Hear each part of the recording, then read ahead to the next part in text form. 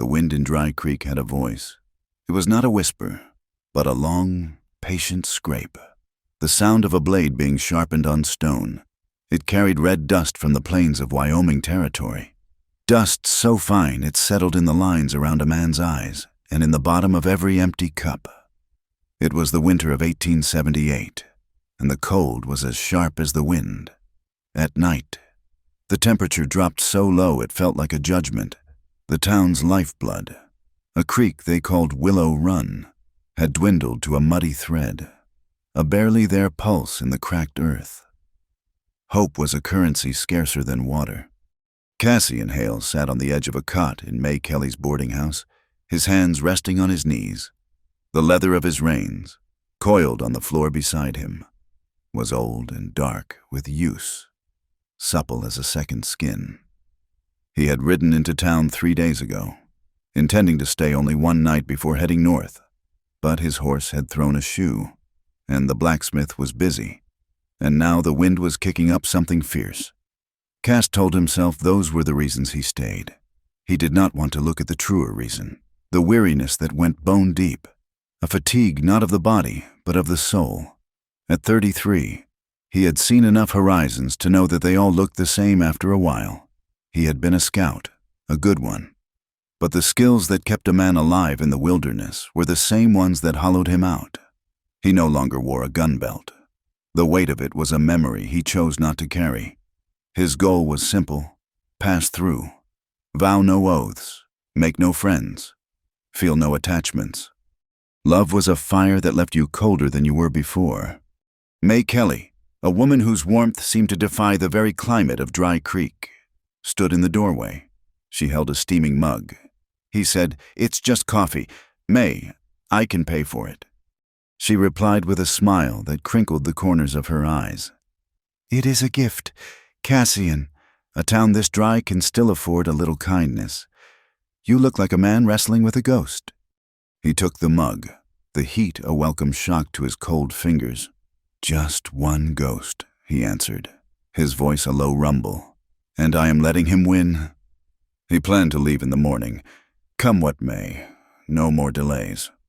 That was the moment the stagecoach rattled down the main street, pulled by 4 tired horses. It stopped in a cloud of the ever-present red dust.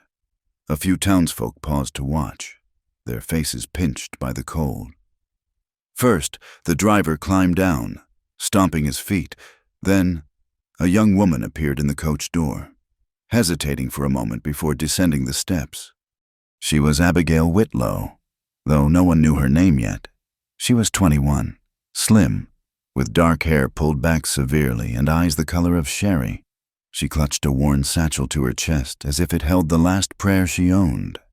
Inside was the deed to a small plot of land left to her by her father, a blacksmith, and a letter appointing her the new school teacher for a school that did not yet exist.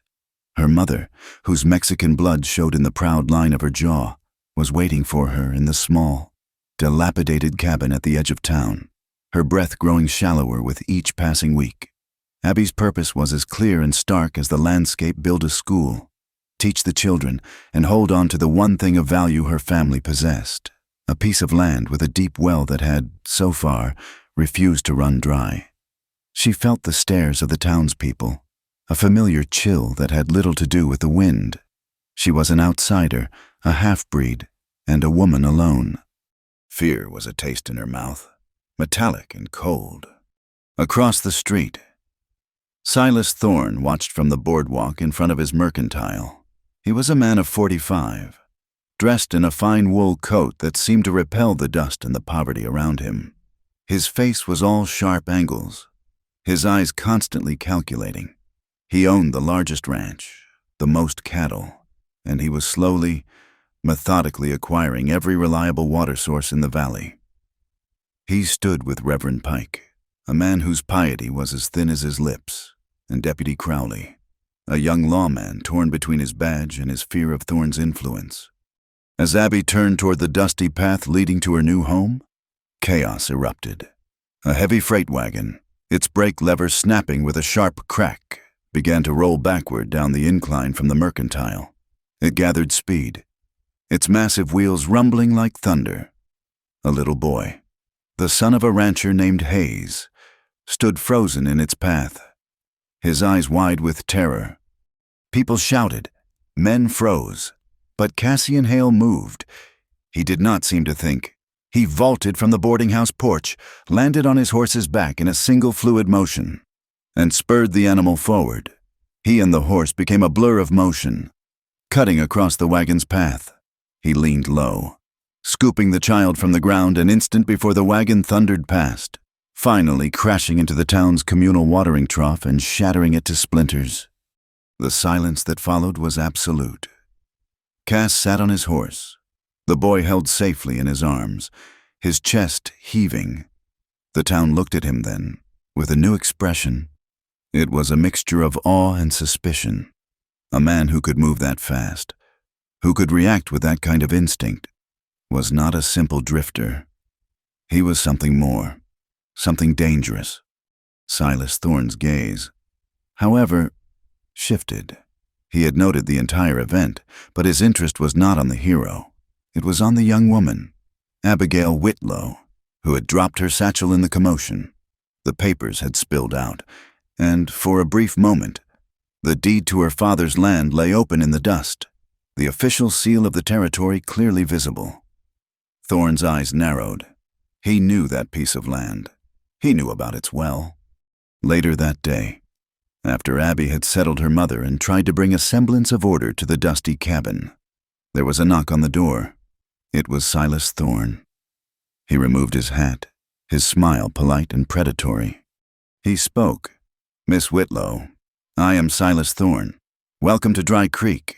I witnessed the unfortunate event earlier. I hope you are not too shaken." Abby stood in the doorway, her slight frame a fragile barrier. She replied, "We are fine, thank you." He continued, "I understand this property now belongs to you. It is a hard-scrabble piece of land. I must say, the wind is cruel out here. I would be willing to take it off your hands. For a fair price, of course, to help a newcomer get settled." She met his gaze directly. "The land is not for sale. Mr. Thorne, my father built this house." His smile tightened, a sentimental notion. But sentiment does not draw water or keep you warm. "Think on my offer." He placed his hat back on his head and walked away, his shadow long in the failing light. Abby closed the door, her heart hammering. The battle had begun. She looked at the flickering oil lamp on the table, its small flame pushing back against the immense darkness. It seemed so small, so vulnerable. The next days established a routine of hardship. Abby worked tirelessly, cleaning the cabin, caring for her mother, and assessing the abandoned barn she was meant to use as a schoolhouse. The wind howled through the gaps in the walls. The drought held the land in a fist. The people of Dry Creek kept their distance, watching her with a mixture of pity and distrust. She was the woman with the good well, a fact that made her an object of both envy and speculation in a town where every bucket of water was counted. Dr. Nora Brennan was her only regular visitor, a woman past 60 with iron-gray hair and eyes that missed nothing. She came to check on Abby's mother, bringing tinctures and a blunt, comforting presence. She said one afternoon, watching Abby haul a bucket from the well, a solid stone structure that looked far more permanent than the cabin it served, that Silas Thorne has the thirst of a desert. He believes God put water on this earth for his personal use. You be careful. Abby nodded, her arms aching. "I intend to be." The proof of Thorne's intentions came 2 nights later, under a sliver of moon. 2 of his ranch hands rode out to her property. They were not there to cause direct harm. Not yet. They were simply there to be seen, to move a boundary marker a few feet, to create an atmosphere of quiet menace. They thought the cabin was dark, its occupants asleep. But Abby was awake, sitting by her mother's bedside. She saw the shadows move near the well. She did not scream or hide. She walked to the corner, picked up her father's old 12-gauge shotgun, and stepped out onto the porch. The click of the hammers being pulled back was unnervingly loud in the stillness. She did not aim at them. She did not want to kill anyone. She just wanted to be heard. She pointed the barrel toward the dark sky and pulled one trigger. The roar of the shotgun blast tore through the night, a definitive statement of defiance. It echoed across the valley, a sound that said, "I am here, and I am not afraid." The two men, startled and unnerved by the unexpected resistance from the quiet schoolteacher, scrambled onto their horses and galloped away into the darkness.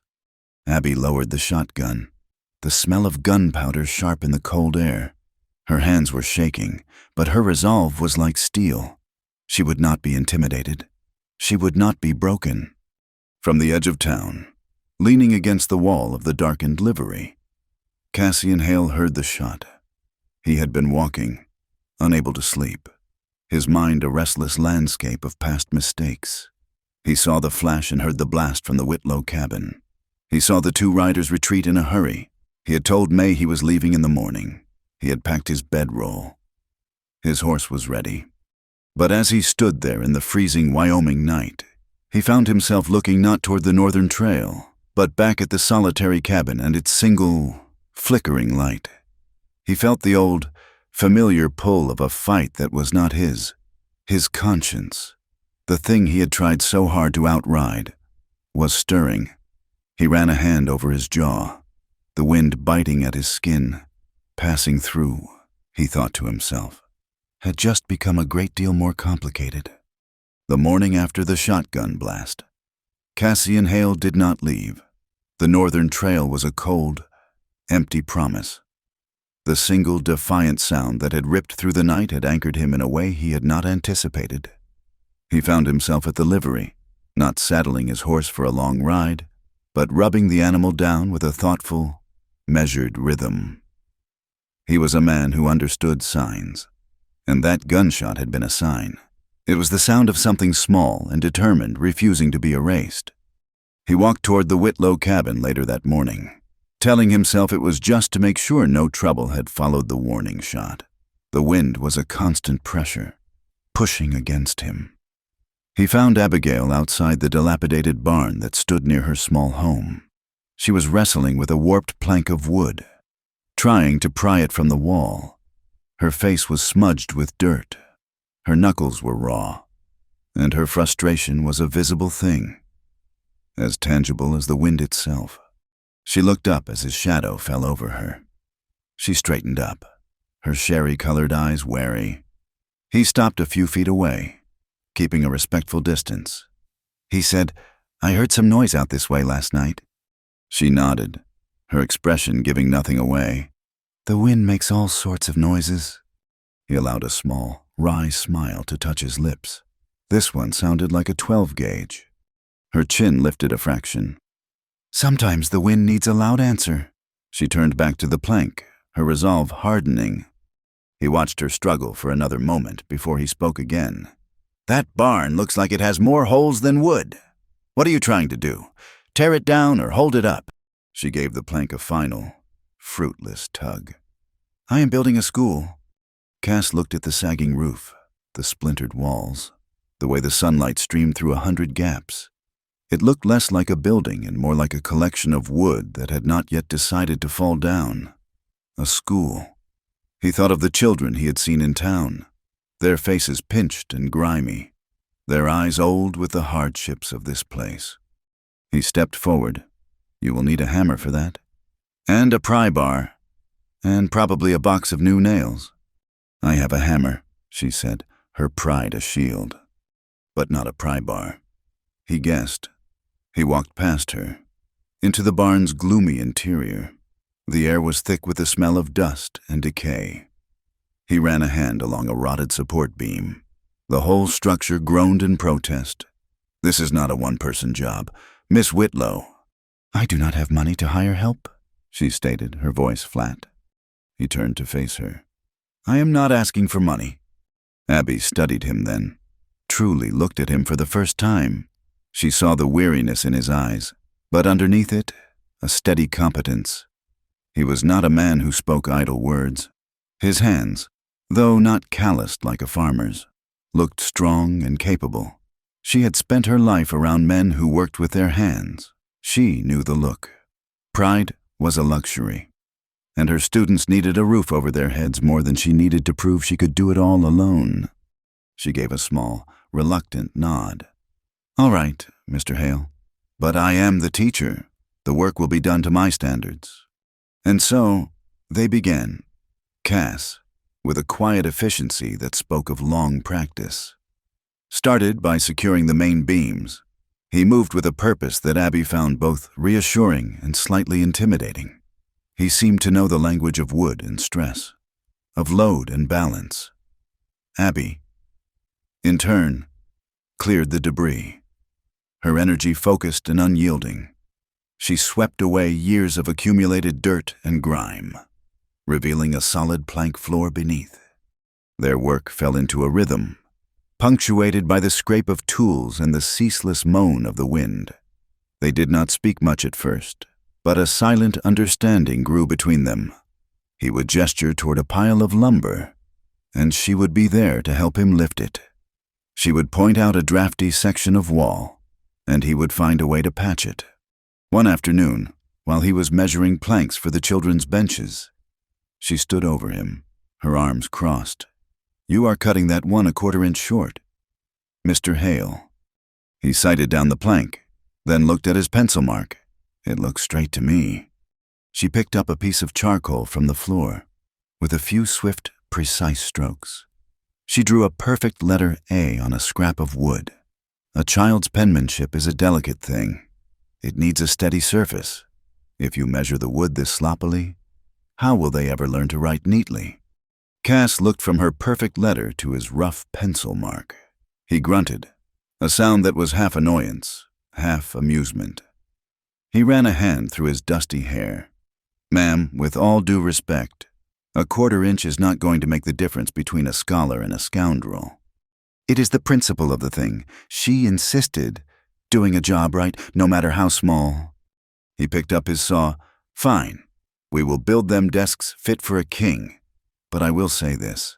Even with bad handwriting, a boy in this territory ought to learn to shoot straight." A small smile touched her lips, the first he had seen. "Perhaps that will be your lesson, Mr. Hale, after I have taught them their letters." As the days passed, the barn began to transform. A patched roof kept out the worst of the wind, sturdy, if rough.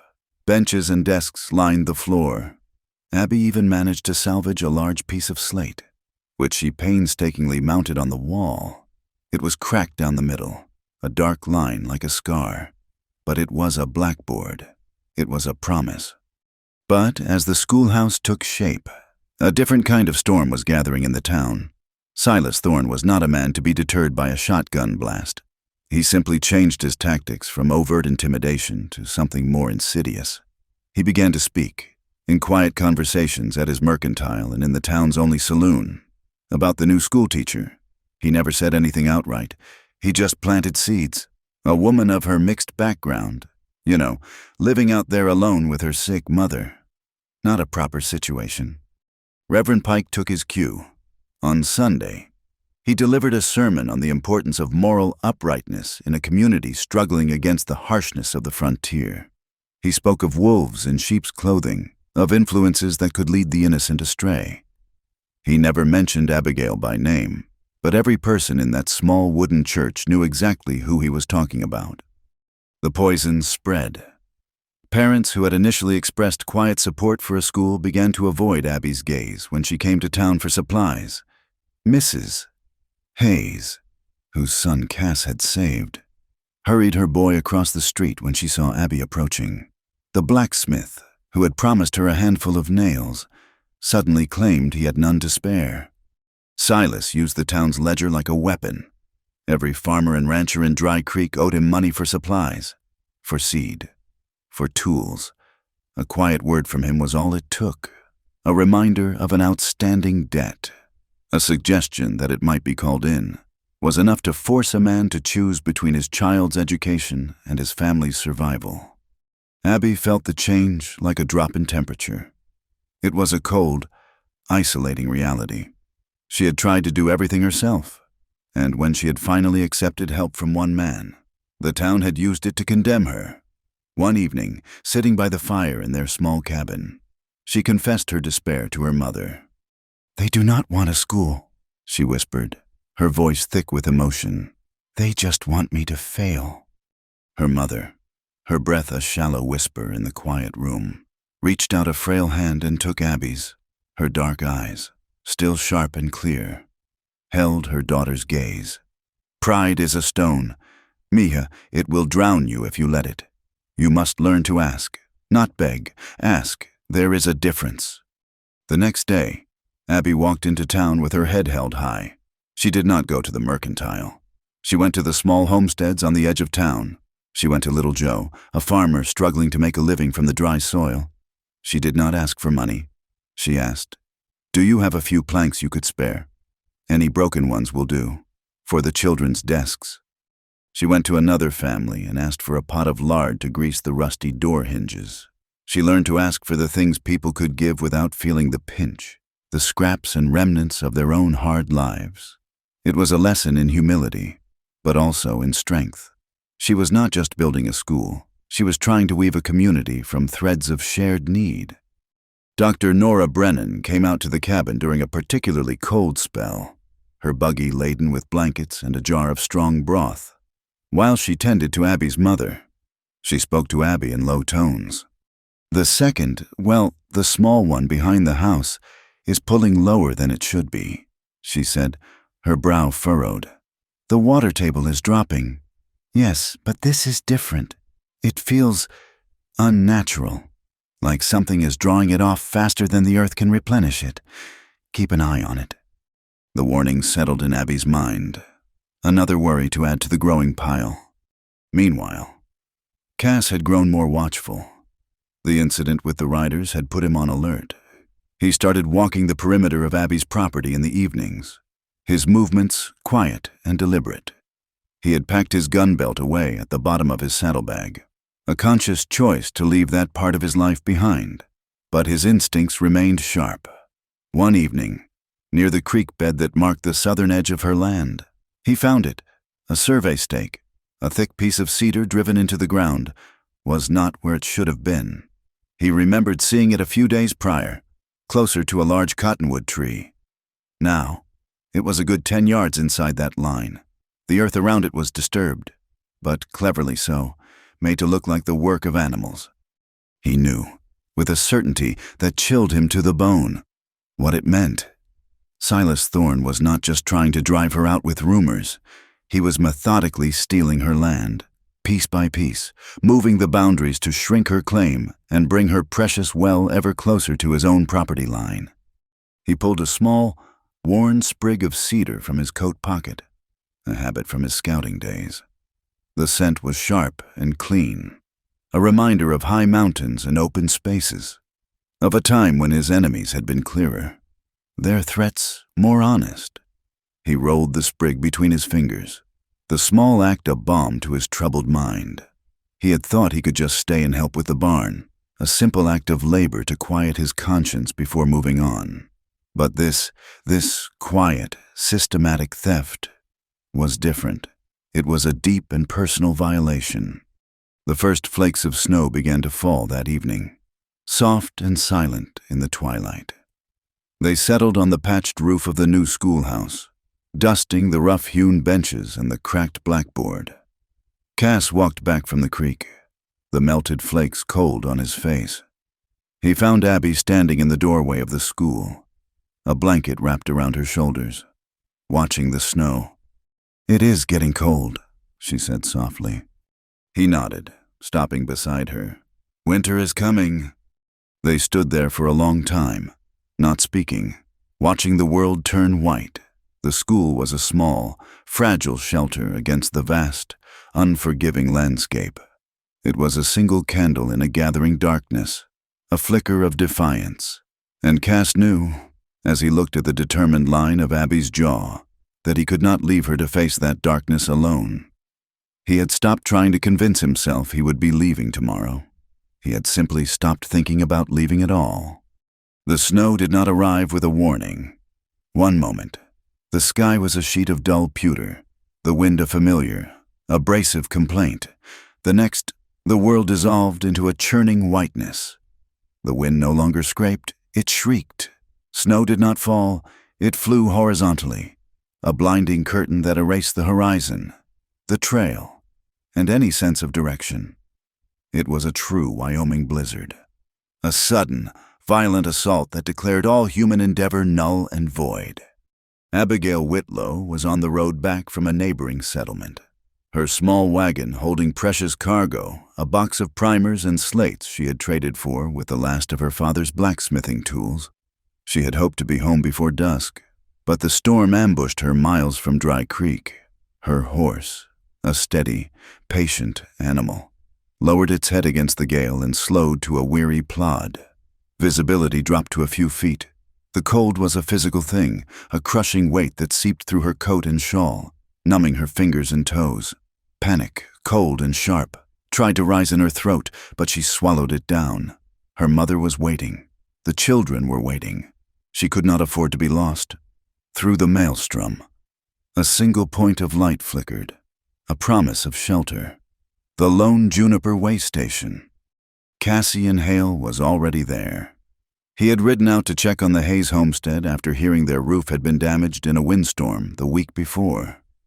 He had helped the rancher patch the shingles and was on his way back when the blizzard hit. He led his horse into the way station's crowded barn, the air thick with the steam of exhausted animals and the smell of wet wool. The main room of the station was a chaotic scene of refuge. Stranded travelers huddled near the massive stone hearth, their face ruddy in the firelight. The owner, a harried man named Beasley, was shouting to be heard over the wind, explaining that every proper room, every cot, every spare mattress was spoken for. When Abby stumbled through the door, a walking figure of snow, May Kelly was the first to see her. She rushed forward, unwrapping the frozen shawl from around Abby's head. The girl was pale, her lips tinged with blue, her body trembling from a deep, consuming exhaustion that was more than just the cold. It was the weight of weeks of relentless labor, of caring for her ailing mother, of facing a town's silent hostility. May Kelly turned to Beasley. "You have to have a room for her. Look at her. She is half frozen." Beasley threw his hands up in despair. "May, there is nothing. Every bed has 2 people in it already."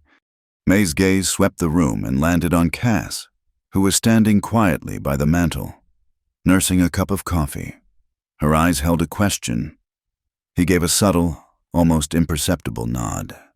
He had a small room upstairs, just a cot and a chair. He could make do in the barn with his horse. He had slept in worse places. May procured a key from Beasley. The number, a 3, was smudged and faded. She pressed it into Abby's numb hand along with a thick wool blanket. "It is at the top of the stairs. To the left. Dear, go, get warm." Abby could only nod, her mind a fog of cold and fatigue. She climbed the narrow, creaking staircase, each step an effort. The hallway above was dark, lit by a single, sputtering oil lamp at the far end that cast long, dancing shadows. She looked at the key, then at the doors. Was it the second door or the third? The painted numbers were nearly identical in the gloom. She chose the one that seemed right, the key turning reluctantly in the stiff lock. The room was pitch black and cold, the fire in its small hearth having burned down to a handful of faintly glowing embers. She did not bother to light a lamp. All she saw, all she cared about, was the dark shape of a cot against the far wall. She did not notice the saddlebags on the floor, or the worn jacket hanging from a peg by the door. With the last of her strength, she pulled off her wet boots, wrapped the thick blanket around her shoulders, and collapsed onto the bed. Sleep took her instantly, a deep, dreamless plunge into oblivion. Sometime later, Cass came up the stairs. He had stayed below to help Beasley shutter a window that had blown open. The wind howled like a hungry wolf, and the cold was relentless.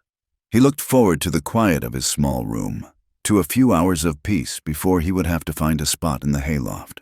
He opened his door as quietly as he could, not wanting to disturb the other travelers. The embers in the hearth provided just enough of a faint, red glow for him to see. He froze in the doorway.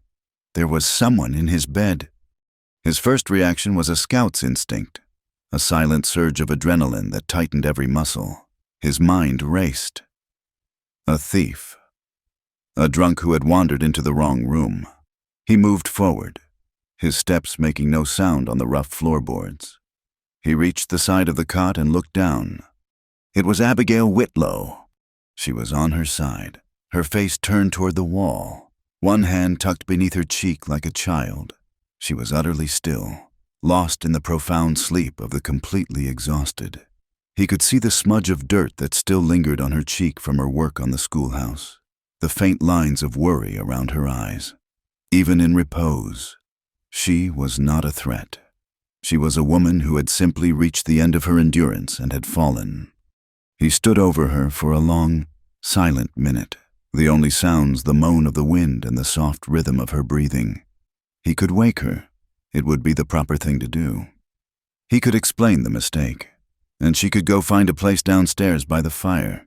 But he pictured her waking in confusion, the slow dawning of horror and embarrassment as she realized where she was. He imagined her having to face the crowded common room, the knowing glances, the whispers that would surely follow her back to Dry Creek. Silas Thorne and Reverend Pike would feast on such a rumor for weeks.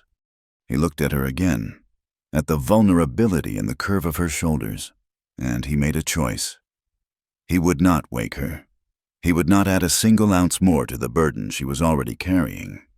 Quietly, he unbuttoned his heavy, sheepskin-lined coat. It held the warmth of his own body. He unfolded it and, with infinite care, draped it over her, tucking it around her shoulders. She stirred slightly in her sleep, a soft murmur escaping her lips, and settled more deeply under the added weight. Then he turned away. He took the single wooden chair from the corner and placed it before the small hearth. He added a log from the small pile beside it, coaxing the embers back to life. The log caught, and the flames cast a warm, flickering light across the room. He sat down, his back to the bed, and began his vigil. The long night unspooled. The fire crackled. The wind howled its endless, lonely song, and Cassian Hale sat and confronted the ghosts he had been outrunning for years. He thought of Eleanor, his wife, of how small and frail she had looked in the grip of the fever. He remembered the feel of her hand in his, growing colder. He had been a scout then, too, often away for weeks at a time. He had been home when she fell ill, but he had been helpless. All his skills, all his strength, had been useless against the sickness that consumed her. After she was gone, the guilt had settled in, a cold, heavy stone in his gut. He had run. He had left their small homestead, left the memories, and had not stopped running since love, to him, had become synonymous with loss, with a pain so vast it could swallow a man whole.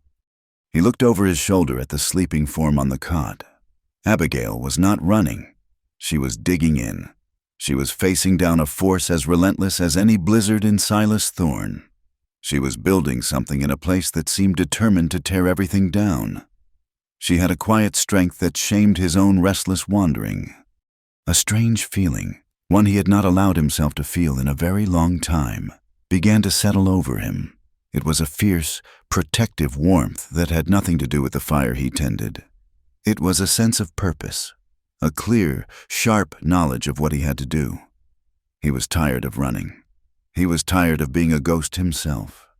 Virgin slipped into his bed by accident. Cowboy stayed awake, burned all night, choosing her forever. The burning was not in his veins, but in his will. It was the heat of a forge, melting down the old, broken parts of himself and hammering them into something new, something strong.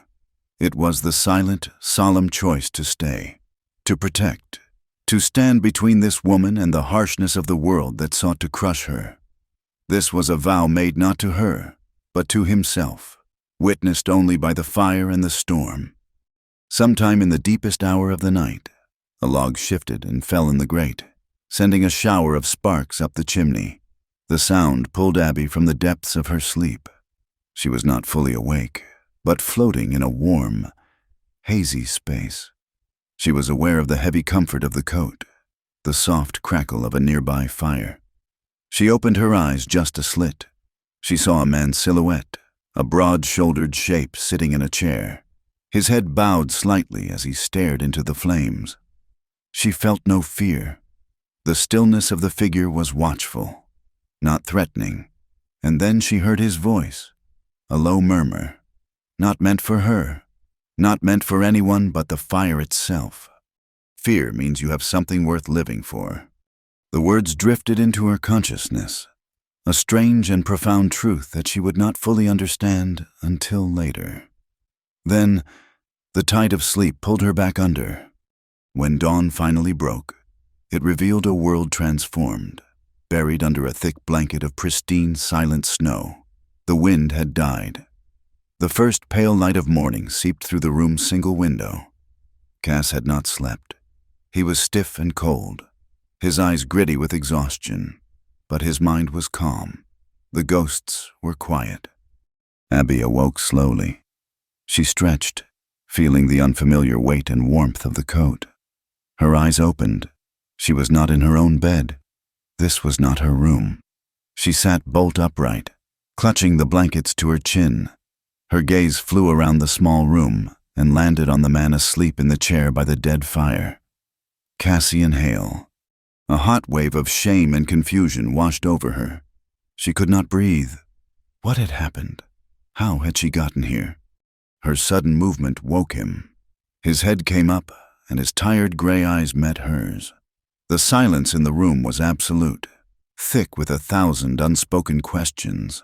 He saw the panic in her face, and his expression softened. He did not smile, but the harsh lines around his eyes seemed to fade. He got to his feet, stretching his stiff back. The storm came up fast, he said, his voice low and gravelly from the long, silent night. The rooms were all taken. It was all he said. No accusation, no questions, just a simple statement of fact that offered her dignity like a gift. He picked up his hat from the floor. "I will go down first," he added. "Give you a few minutes." He walked out of the room and closed the door softly behind him, leaving her alone in the quiet aftermath of his choice. Downstairs, a few early risers were already stirring. May Kelly was pouring coffee, her movements calm and efficient. She saw Cass come down the stairs, saw the bone-deep weariness in his face. She simply handed him a steaming mug without a word. A few minutes later, Abby descended, her face pale, her hair hastily pinned up. May saw the furtive glances from a couple of the other travelers, heard a low mutter. She walked over to Abby and handed her a cup as well, her voice clear and carrying. "Terrible storm.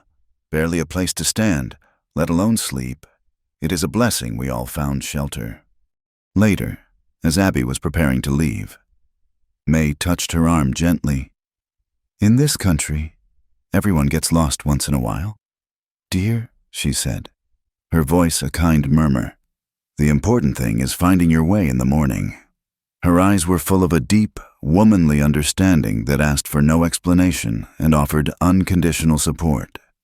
The ride back to Dry Creek was quiet. The snow had muffled the world, creating a vast, peaceful silence. They rode side by side, the air crisp and clean. They did not speak of the night at the way station. There was no need. The space between them had changed. It was no longer the empty distance between strangers, but a quiet, shared space, filled with the knowledge of a kindness that was as profound and unspoken as the winter landscape around them. The silence that rode with Abigail and Cassian back to Dry Creek was a fragile thing, a thin sheet of ice over a deep, running current. In the aftermath of the blizzard, the world seemed scrubbed clean, the snow a blanket of temporary innocence. But the town's memory was long, and its judgment was swift. The innocence did not last the day. It began not with a shout, but with a whisper. A look held a moment too long from a woman shaking a rug on her porch. The sudden silence that fell when Abby entered the mercantile for flour. Young Joseph Hayes, the very boy Cass had saved, was hurried away by his mother when he started to wave at the schoolteacher. The whispers coiled like smoke, invisible but choking. They twisted the truth of the night at the way station, a night of quiet decency, into something ugly and sordid. They took a woman's exhaustion and a man's honor and refashioned them into a scandal. On Sunday, the church bell rang with a new, accusatory tone. It was not a call to worship, but a summons. Reverend Pike stood at the pulpit, his Bible held like a shield, his eyes sweeping over the small congregation. He spoke of moral contagion, of the sacred duty to protect the purity of their children. He painted a picture of a compromised woman, an influence that could not be allowed to fester. After the service, he did not wait. He, along with Silas Thorne and two other grim-faced town elders, approached Abby as she stood alone near the church steps.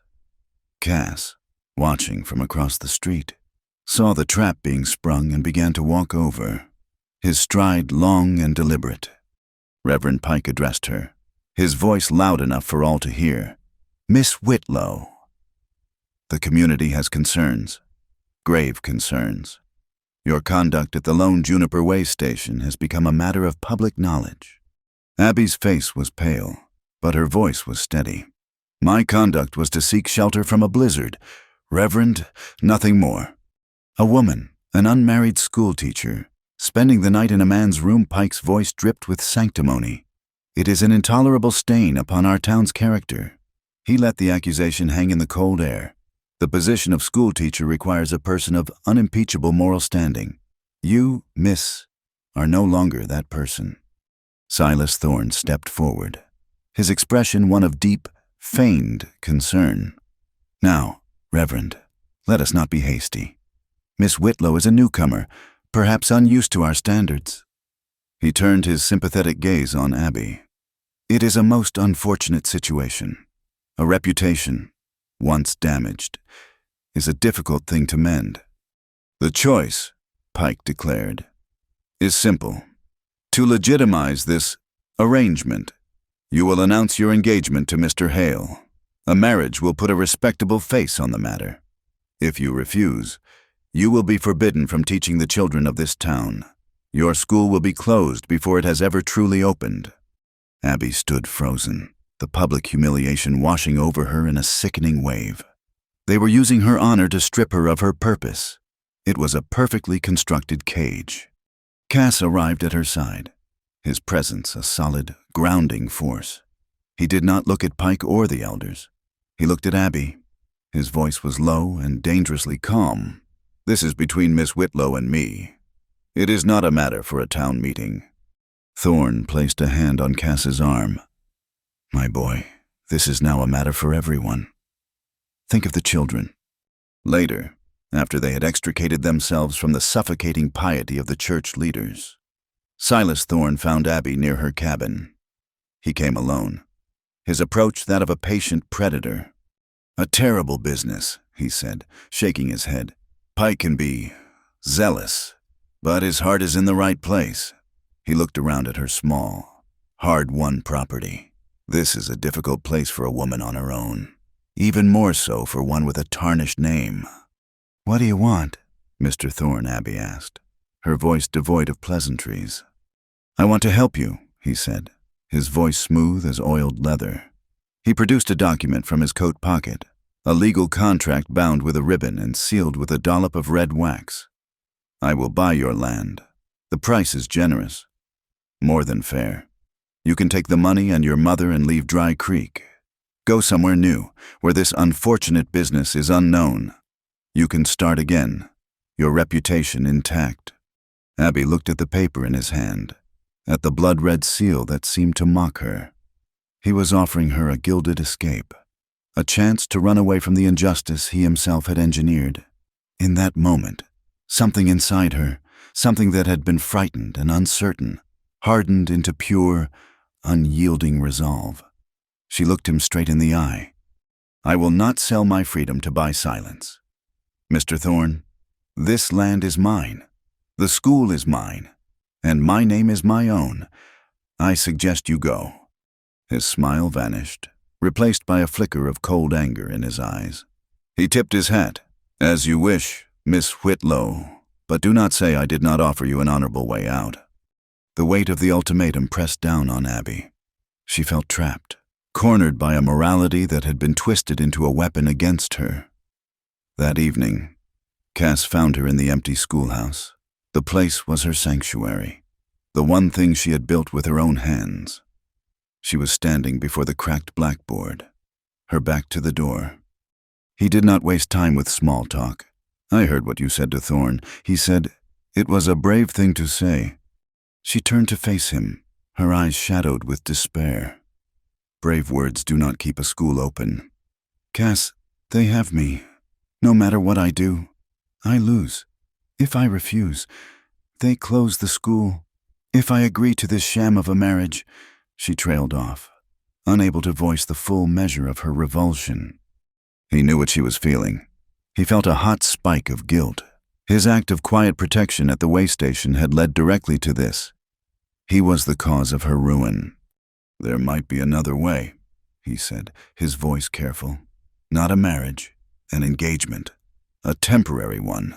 He saw the refusal rising in her eyes and held up a hand. "Hear me out. We announce an engagement of honor. We tell them we had an understanding before the storm. It satisfies Pike's sense of propriety. It silences the gossip. It gives you the time you need to get this school on its feet, to earn the trust of the parents on your own terms. And when the school is solid, we can go our separate ways. We can say it did not work out. It is a lie. Yes, but it is a lie to protect a truth. The truth is that these children deserve a teacher." Abby stared at him, her mind reeling. It was a logical, practical solution, a calculated deception to fight a malicious one, but the thought of it made her feel ill. It would mean standing before the town and pretending. It would mean linking her name, her future, even temporarily, to a man she barely knew. She would be seen as the victim who needed a man to rescue her reputation. It felt like a surrender of the very independence she had fought so hard to maintain. She turned back to the blackboard, her thoughts in turmoil. "I need to think," she whispered. While Abby wrestled with her impossible choice, Dr. Nora Brennan was wrestling with a puzzle of her own. The unnaturally low water level in Abby's secondary well continued to bother her. Armed with a shovel and a healthy dose of suspicion, she spent an afternoon walking the low ground between Abby's property and the sprawling Thorne Ranch. She followed the faintest of depressions in the earth, a line so subtle it was almost invisible. Then, hidden beneath a patch of overgrown sagebrush, she found it. The soil was looser, darker. She began to dig, less than a foot down. Her shovel struck something hard and hollow. Metal. She cleared the dirt away and exposed a narrow iron pipe, rusted but solid, running from the direction of the Whitlow well straight towards Silas Thorne's land. It was a water siphon, a secret, thieving artery, slowly bleeding the life from under Abby's feet. Thorne was not just trying to buy her water rights. He was already stealing them. The doctor stared at the exposed pipe, her face grim. This was no longer about rumors. This was grand larceny. She found Abby and Cass in the schoolhouse. Abby had been staring at the blackboard, her mind no closer to a decision. The doctor did not waste a moment. She told them what she had found, her words precise and angry. "This changes things," Cass said, a new, dangerous coldness in his voice. "This is not about his idea of morality anymore. This is about the law." He thought of the heavy gun belt coiled at the bottom of his saddlebag. He had put it away, believing he could leave that life behind. But how do you reason with a man who steals water in a drought? How do you fight a snake with honorable words?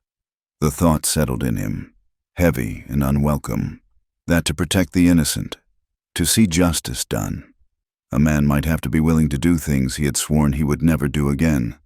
But this time, it would not be for pay or for vengeance. It would be for a cause. For her. Abby looked from the doctor's determined face to the hard line of Cass's jaw. The fight was no longer just about her reputation. It was about her very survival, and the survival of anyone who stood against Silas Thorne. The choice he had offered her, the temporary engagement, no longer seemed like a cage. It seemed like a strategy, a way to stand together, to present a united front in a war that had just been declared. Before she could speak, she picked up a piece of chalk.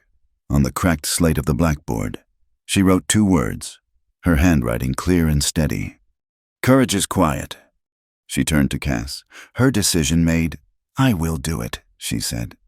That night, as Cass stood in the shadows of the livery, his mind planning their next move, a figure detached itself from the deeper darkness.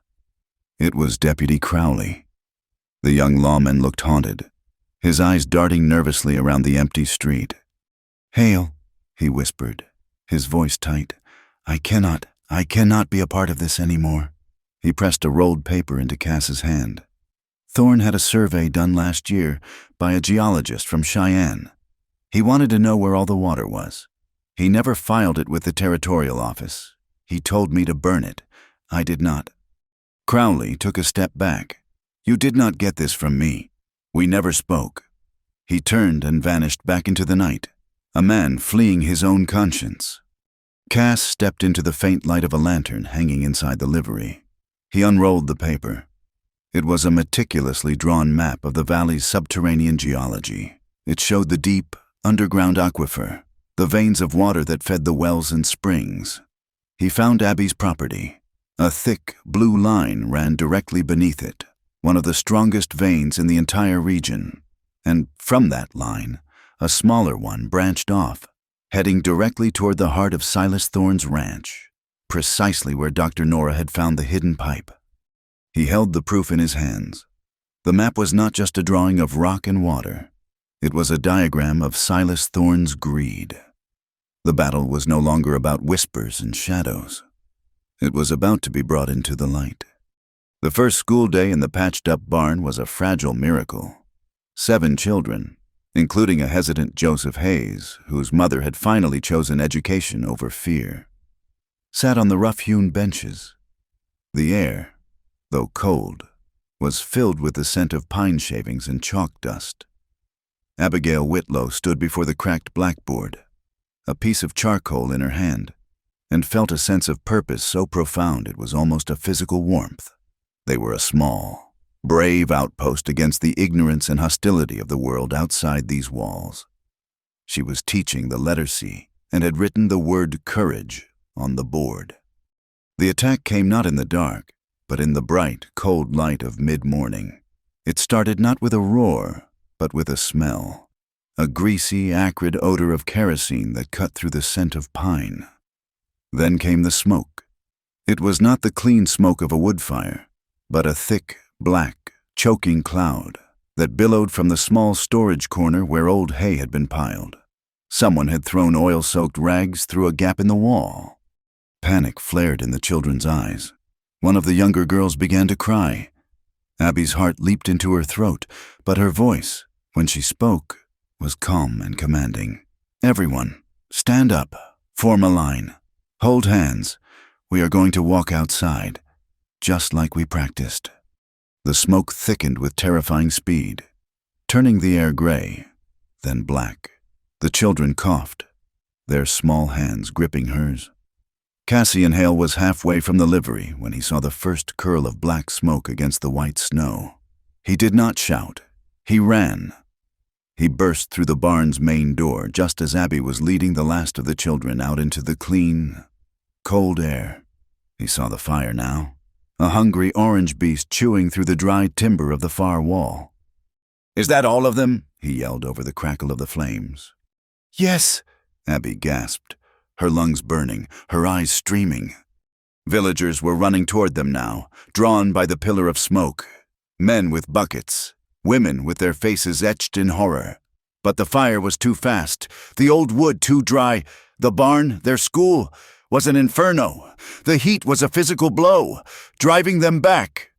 The smoke, thick and oily, rolled across the snow-covered ground and seeped into the small cabin where Abby's mother lay in her bed. She had been too weak to move, and the open window that let in the precious winter air now became a conduit for poison. By the time the fire had consumed the barn and collapsed into a smoldering, blackened skeleton of itself, the true cost of the attack became clear. The children were safe. huddled together under blankets provided by May Kelly. But when Dr. Nora Brennan emerged from the cabin, her face was a grim mask. "It is the smoke," she said to Abby, her voice low and gentle. Her lungs were already so weak. "She has inhaled a great deal of it. All we can do is make her comfortable." A cold dread, far deeper than the winter air, settled over Abby. She looked at the ruin of her school, at the frightened faces of the children, and felt the ground give way beneath her. It was then that Mr. Hayes, his son clinging to his leg, stepped forward. His face was pale with fury. "This is Thorne's doing," he said, his voice ringing with conviction. "He told me to my face he would call in my store debt if I kept sending Joseph here. He did this." Another farmer, a man named Little Joe, nodded grimly. "He has held his water prices over my head for 2 years, threatened to cut me off if I supported the school." A murmur went through the small crowd. The whispers that had isolated Abby were now turning against the man who had started them. The fire had burned away their fear, leaving a hard, angry resolve in its place.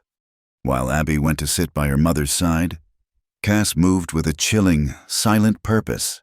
He saddled his horse, his face set like granite. He carried the map Crowley had given him and a small, square box camera he kept in his saddlebags. He rode not with the aimless drift of a wanderer, but with the sharp, focused intent of a scout on a mission. He found the siphon pipe exactly where the doctor had described it, a rusted violation hidden beneath the sagebrush. He photographed it, the click of the shutter a small, mechanical sound in the vast silence. He rode to the southern boundary of Abby's property and photographed the displaced survey stake, positioning the cottonwood tree in the background as a clear, irrefutable point of reference. Then he followed Willow Run upstream, his eyes scanning the banks.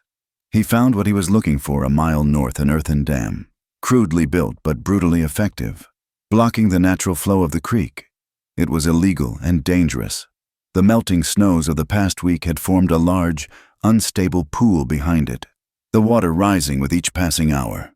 The entire valley below, including Silas Thorne's own ranch, was in danger if it broke. He documented it all, his movements economical and precise.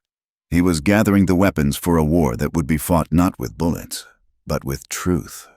That night, the cabin was a small bubble of quiet in a vast, cold world. The only sound was the shallow, labored breathing of Abby's mother. Dr. Nora had done all she could and had finally gone back to town. Cass sat in a small chair in the corner, keeping a silent watch, unwilling to leave Abby alone in her vigil. The oil lamp cast a soft, golden glow on Abby's face as she held her mother's hand. She looked up at Cass, her eyes holding a grief so deep he felt it in his own chest. He felt a sudden, overwhelming need to offer her something of himself, to meet her pain with his own. He spoke, his voice barely a whisper. "After my wife, Eleanor, died, I ran. I sold our homestead, everything we had built. I could not stand the sight of it. The guilt, it felt like I was drowning. I thought if I just kept moving, I could outride it." He looked at his hands. "I ran away back then." Abby looked from his face to her mother's, her expression distant, her grief lending her a strange, preternatural calm. "The man who guarded the fire during the snowstorm is not a man who runs away," she said softly. The words were a simple statement of fact, an absolution he had not known he needed. They forged a bond between them stronger than any spoken promise. Later, Cass stepped outside to give her a final moment of privacy. He stood under the brilliant, unfeeling stars, the cold air a shock to his system. When he went back inside, he knew it was over. Abby was sitting perfectly still, her mother's hand still in hers, but the faint, rasping sound of breathing had ceased. In the final moments before dawn, as Abby sat alone with her mother, she remembered her mother's last coherent words, whispered with a final, surprising strength.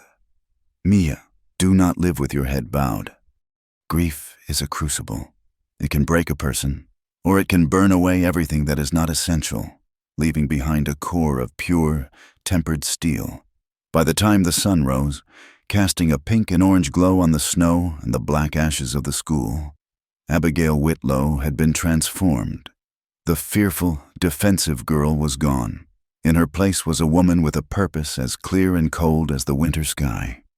She gently took a small, cloth pouch of vegetable seeds from her mother's bedside table seeds for a garden they were meant to plant together in the spring and put it in her pocket. It was a promise of a future she would now have to build alone. She did not weep. She did not rail against the injustice. The next day, after making the necessary arrangements with Dr. Nora, she walked into Dry Creek. She did not go to the mercantile or the livery. She walked straight to the church. Reverend Pike was outside, directing two men who were mending a loose shutter. He saw her coming and his face stiffened. She stopped before him. Her black dress was a stark contrast to the snow. Several townspeople, including Mr. and Mrs. Hayes, stopped to watch. Abby did not raise her voice. She did not accuse him of complicity or of hypocrisy. She simply made a request. "Reverend Pike," she said, her voice clear and steady. "My school has been destroyed. I intend to continue teaching the children. May I have your permission to hold our lessons in the churchyard until a new building can be erected?" The question was a masterful trap. It was public, polite, and perfectly reasonable. It forced him to choose. If he agreed, he would be lending the church's authority to her cause. If he refused, he would expose the rot at the heart of his piety. Pike stammered, his face flushing a mottled red. The churchyard. Miss Whitlow, that is highly irregular. The church cannot become involved in public controversies." It was Mrs. Hayes who spoke first, her voice shaking with an anger that had finally found its target. Controversy. Reverend, her school was burned to the ground. Her mother just passed from this world. And you deny her a patch of frozen ground to teach our children their letters. What kind of a shepherd are you, to turn away a member of your flock in her hour of need? The other onlookers murmured in agreement. Pike stood there, exposed and humiliated, his moral authority shattered by a simple, quiet question. Abby had not needed to fight him. She had simply handed him the shovel and allowed him to dig his own grave. She gave a small, formal nod, turned, and walked away. The silent victor, the community, at last, was beginning to rally behind her. As dusk fell, Cass sat on the edge of his cot in his room at the boarding house. The map, the photographs, all the evidence he had gathered lay on the small table. Beside them, coiled like a sleeping snake, was his gun belt. He picked it up. He felt the familiar weight, the worn smoothness of the leather, the cold, hard reality of what it represented. He did not put it on. He just held it. His decision made, he would face Silas Thorne, but he would do it his way. There was a knock on the door. It was Deputy Crowley, looking pale and grim. He did not say a word. He simply handed Cass a folded legal document. Cass opened it. It was an official notice from the territorial court. Silas Thorne had filed a lawsuit against Abigail Whitlow, claiming her property as his own through a boundary dispute and suing her for defamation. The final battle was no longer a matter of if, but when. The air in Dry Creek had changed. The iron grip of winter was beginning to loosen, but the thaw brought its own kind of menace. The snow, which had buried the world in a deceptive peace, was now melting with an unnerving speed. The ground, still frozen solid beneath the surface, could not absorb the runoff, and Willow Run, for so long a pathetic trickle, was beginning to swell with a muddy, turbulent energy, under a sky the color of a fresh bruise. Cassie and Hale stood with Mr. Hayes and Little Joe, staring at the cause of this new anxiety, Silas Thorne's illegal dam. It was a crude, ugly scar on the landscape, a swollen belly of packed earth and rock that held back a growing lake of meltwater. The structure, which had seemed so solid in the deep freeze of winter, was now visibly failing. Dark, wet patches seeped through its face, and the water lapped ominously close to the top. A low, groaning sound emanated from its core, the sound of immense pressure finding a weakness. "She is not going to hold," Hayes said, his voice grim. He kicked at a loose clod of earth. "When this goes, it will take everything from here to my homestead with it. A wall of water and mud." Cass nodded, his eyes fixed on a new fissure that had appeared near the base of the dam, a small, weeping crack that was visibly widening. "The rain is coming. When it does, the weight will be too much. We need to warn people." "Warn them," Little Joe scoffed, though there was no humor in it. "Thorne owns the only road out. He would call it trespassing. And Deputy Crowley." He trailed off, the implication clear. "Crowley is not the man he was a week ago," Cass said, a new confidence in his voice. "But you are right. A warning is not enough. This has to end. Today." While the men plotted by the groaning dam, Abigail Whitlow was creating a new beginning from the ashes of the old. She refused to let the children's education be another casualty of Silas Thorne's greed. In a sheltered clearing beside the blackened ruin of the barn, she and her small flock of students were building an outdoor classroom. They used fallen logs for benches and a large, smooth stone for a teacher's seat. The children, who had been so frightened, were now busy and purposeful, their small hands clearing stones and pulling weeds. They were planting something more than a school. They were planting hope. Abby hammered a sign into the ground at the entrance to their clearing, on a salvaged piece of wood. She had carefully painted a new motto, a declaration of their resilience. It read, "Knowledge needs water and courage." She stood back to admire their work, the small cloth pouch of her mother's seeds a comforting weight in her pocket. This was what it meant to not live with your head bowed. Later that day, Cass found her by the creek. The water was running faster now, a nervous energy in its current. He had come to tell her about the dam, about the escalating danger, but the words caught in his throat. In the soft afternoon light, with her hair loosened by the wind, she looked not like a warrior or a victim, but simply like a woman he was beginning to realize he could not live without. He stood beside her, their shoulders almost touching. "The proposal I made," he began, his voice rough, "the one about an engagement of honor, it was a lie to protect a truth." Abby looked at him, her sherry-colored eyes searching his. "I know." The truth was that those children needed their school. He continued, turning to face her. "But there is another truth, Abby, a truer one. I asked you to pretend to be my future because I was too much of a coward to admit I wanted one. I am asking you now, not for the town, not for Pike, but for me. Would you consider making it real?" The question was so quiet, so devoid of artifice, that it settled into the very core of her being.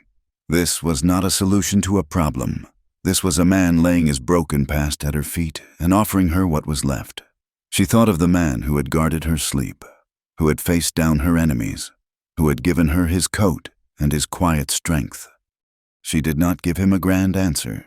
She simply reached out and took his hand, their fingers intertwined. A natural, easy fit. He brought her hand to his lips and pressed a kiss, not to her palm, but to the tips of her fingers. A gesture of such profound and gentle respect that it made her heart ache. He reached into his pocket and pulled out the small, worn sprig of cedar he always carried. He gently tucked it into the band of her hat. "It is from the mountains," he said, "to remind me of where I came from. I would be honored if you would carry it for me now." It was not a ring, but it was a promise, an oath. The tenderness of the moment was shattered by the ringing of the town hall bell. It was time. The community hearing Silas Thorne had demanded was about to begin. The sky had darkened to a threatening slate gray, and the first cold drops of rain began to fall. The preparations for the confrontation had been a quiet, tense affair. Dr. Nora Brennan had her files ready, the carefully preserved survey map, Cass's stark photographs of the pipe and the moved stake, and her own medical notes detailing how smoke inhalation had fatally weakened Abby's mother's lungs. In his small room at the boarding house, Cass stood before the table where his gun belt lay.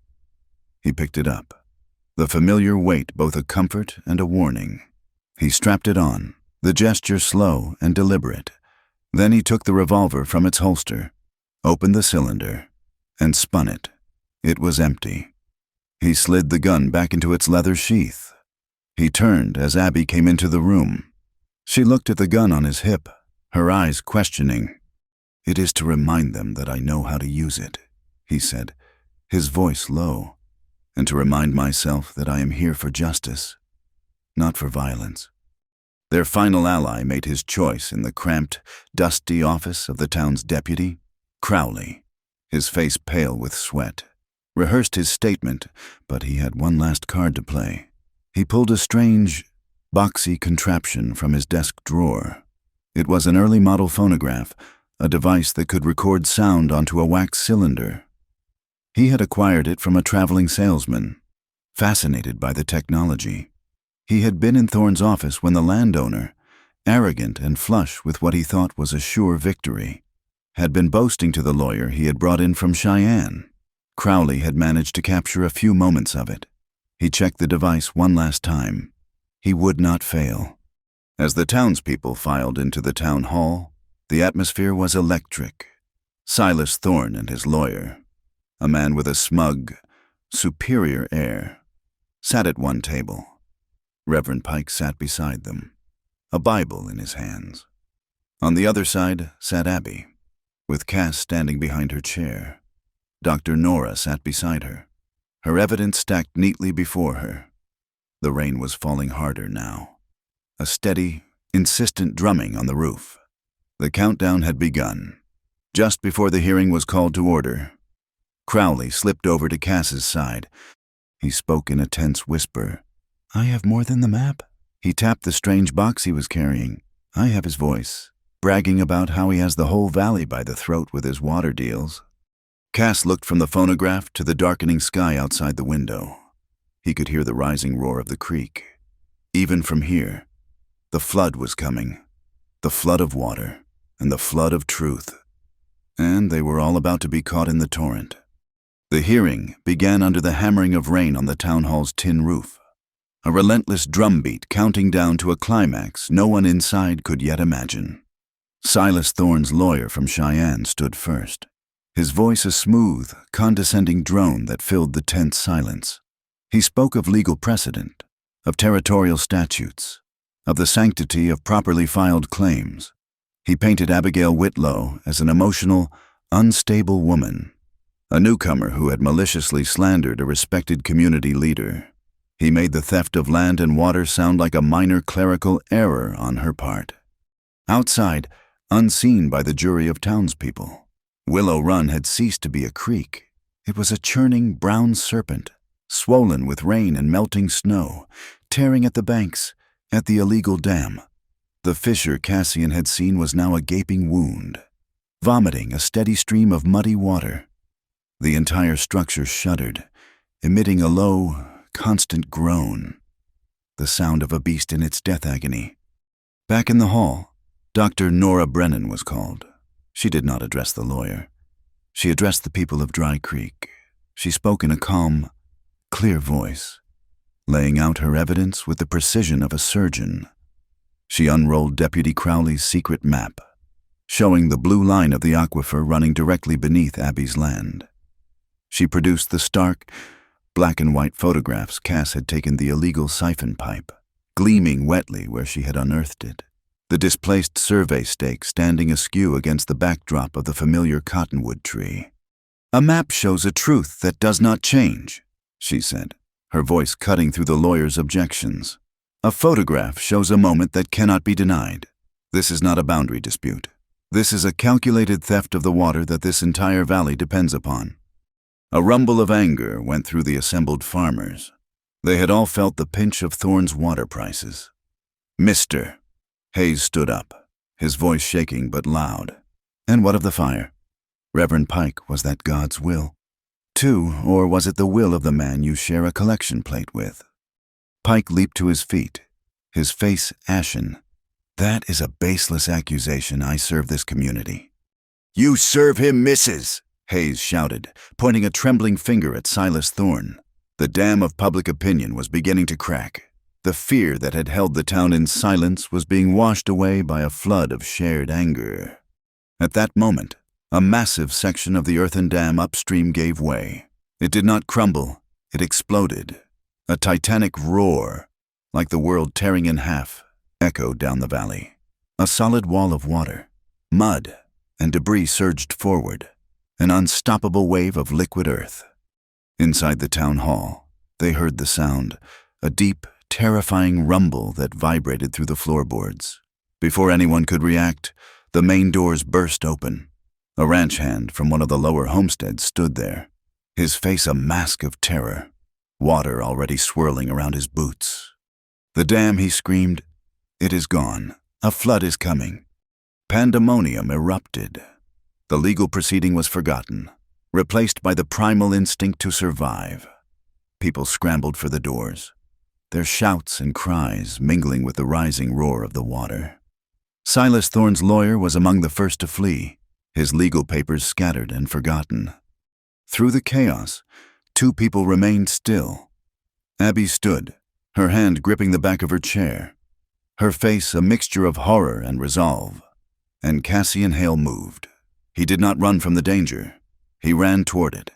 He grabbed Hayes and Little Joe by the arm. "Horses now, we have to get to the low ground, to the ranches." They were out the door in a flash, running through the rising water toward the livery. The rain was now a torrential downpour, blurring the world into a gray, violent chaos.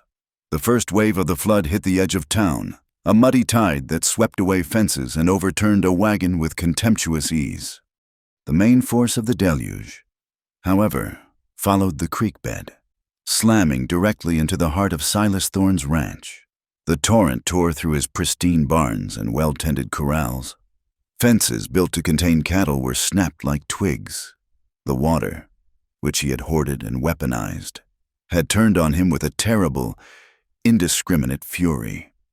Cass, Hayes, and a handful of other men galloped into the maelstrom, their horses struggling through the thigh-deep, fast-moving current. They were no longer farmers or drifters. They were rescuers, fighting against a force of nature unleashed by human greed. They pulled terrified ranch hands from the roofs of sinking sheds, guided panicked livestock toward higher ground, and plucked a small child, the daughter of Thorne's foreman, from the muddy water where she clung to a broken fence post. In the midst of the churning devastation, Cass saw him, Silas Thorne.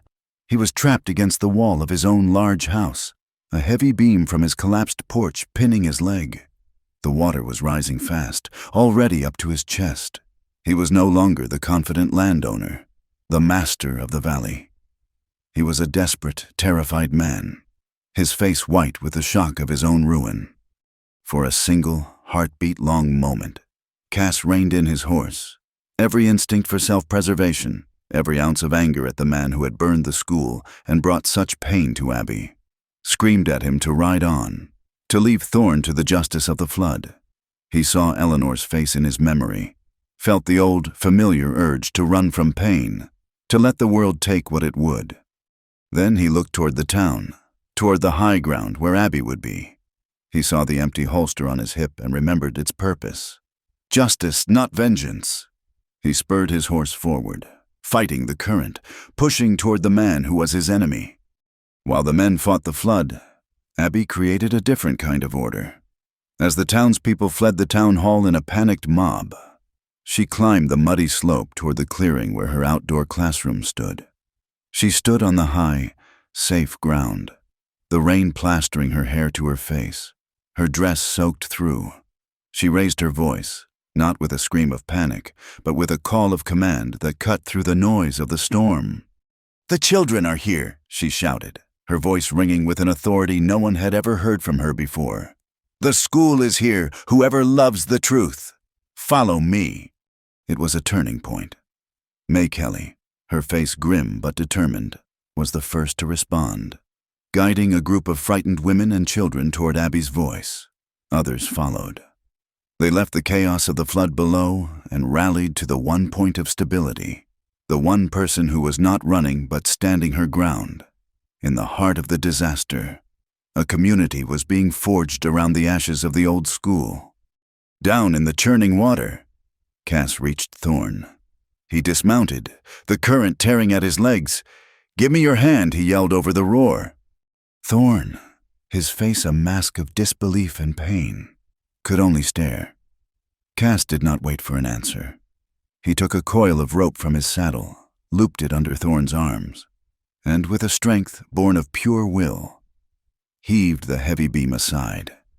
He half dragged, half carried the sputtering, mud-caked landowner to his horse and pushed him into the saddle. He led the horse toward the safety of the hillside without a single word passing between them. He had not saved his enemy. He had saved a man. The flood receded as quickly as it had come, leaving behind a thick blanket of stinking, brown mud and a landscape of total devastation. Silas Thorn was alive, but he was a broken man. His empire of water and intimidation washed away. He sat huddled in a blanket provided by May Kelly, shivering and silent. In the muddy, makeshift town square, an emergency council was held. The truth, like the water, had washed everything clean. Reverend Pike, his hypocrisy laid bare, was stripped of his position. The townspeople's silent contempt, his only sermon. With Thorn ruined and his own testimony now a matter of public record, Deputy Crowley presented Cass's evidence to the council. They voted unanimously to recognize Abigail Whitlow's land and water rights, and to demand that what was left of Thorn's estate pay for the rebuilding of the school and compensation for the families affected by the flood. As the meeting broke up, Deputy Crowley walked over to Cass and Abby. "I am resigning my post as deputy," he said, a new, steady light in his eyes.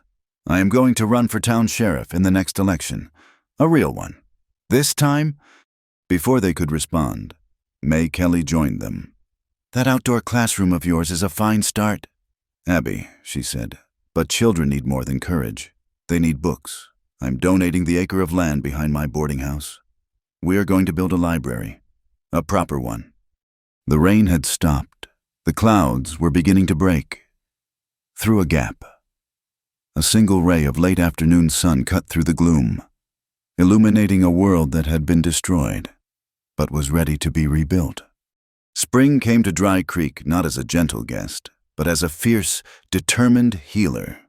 The brown, muddy scars left by the flood were washed clean by the season's rains, and in their place, a vibrant, almost shocking green carpeted the valley floor. Willow Run, which had been a source of drought and then destruction, now gurgled peacefully between its banks, its voice a contented murmur. The air, once sharp with dust and then heavy with the smell of mud, was now sweet with the scent of damp earth and new aspen leaves. A few weeks after the waters had receded, a new building stood on the high ground near Abigail's cabin. It was a schoolhouse, born not of one person's struggle, but of a community's shared will. Half of it was a sturdy wooden classroom, built with lumber donated from a dozen homesteads, the fresh pine smelling of a new beginning. The other half was open to the sky, a wide porch where lessons could be held under the vast Wyoming sky. Mr. Hayes had built the benches, his hands, once calloused by a plow, now skilled with a saw. May Kelly had provided the glass for the windows. Every family had contributed something, a nail, a plank, a pot of paint.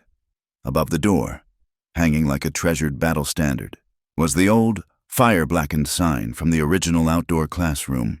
Its words were scorched but legible. Knowledge needs water and courage. It was a reminder of the price they had paid, and the strength they had found. Their wedding was as simple and honest as the land itself. They stood under a grove of shimmering aspens, their leaves turning in the wind like 1,000 tiny silver coins. There was no grand ceremony, no sermon from a disgraced preacher. Deputy Crowley, soon to be Sheriff Crowley after a landslide election, read the simple vows from a territorial law book.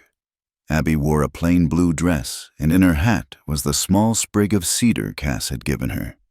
Cass wore a clean shirt and stood with his shoulders back, the perpetual watchfulness in his eyes softened by a quiet joy. The entire town was there, their faces open and content.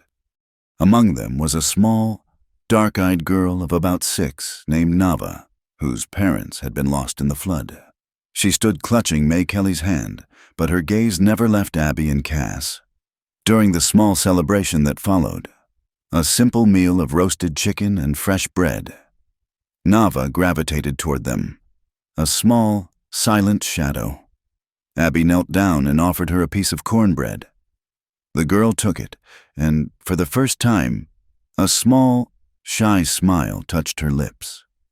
Cass and Abby exchanged a look over the child's head, an unspoken understanding passing between them. Their future was not just about the two of them. It was about building a home for those the storm had left behind. The loose ends of the town's old life had been neatly tied. Silas Thorne, his spirit as broken as his ranch, had sold what was left of his property for pennies on the dollar to a collective of small ranchers and had left the territory. A hunched figure on a westbound stagecoach, Reverend Pike had vanished in the night, leaving behind nothing but an empty church and a ledger full of questionable accounting. Sheriff Crowley's first official act was to post the new Dry Creek Public Water Code on the town hall door, ensuring that water would forever be a shared right, not a weapon of the powerful.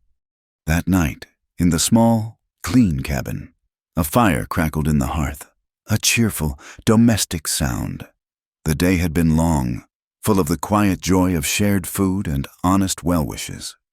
They lay beside each other in the narrow bed, the soft wool of the blankets a gentle weight. The silence was comfortable, filled with the peace that follows a long and arduous battle. Cass lay on his back, his hands behind his head, his gaze fixed on the dancing shadows the firelight threw upon the ceiling. He was still, but there was a familiar tension in his stillness, the ingrained habit of a man standing guard.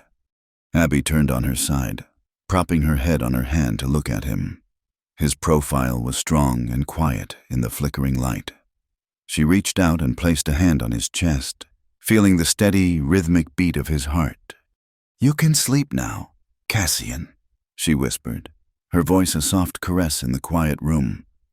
"You have watched over me for long enough." A slow smile touched his lips, a rare and beautiful thing. He turned his head to meet her gaze, his eyes full of a love that was as deep and steady as the earth beneath them. "Abby," he answered, his voice a low, sincere rumble that was both witty and achingly tender. "I have a lifetime to watch over you." He settled into the bed, the tension finally leaving his shoulders. He was home, he was safe, he was loved. Later, in the deepest, most peaceful hour of the night, the fire had burned down to a bed of glowing, red embers, a warm, breathing heart in the center of the cabin. The old, heavy gun belt lay in a wooden chest at the foot of the bed, no longer needed. Its purpose served. Cass reached over and turned down the wick of the oil lamp, extinguishing the small, hopeful flame.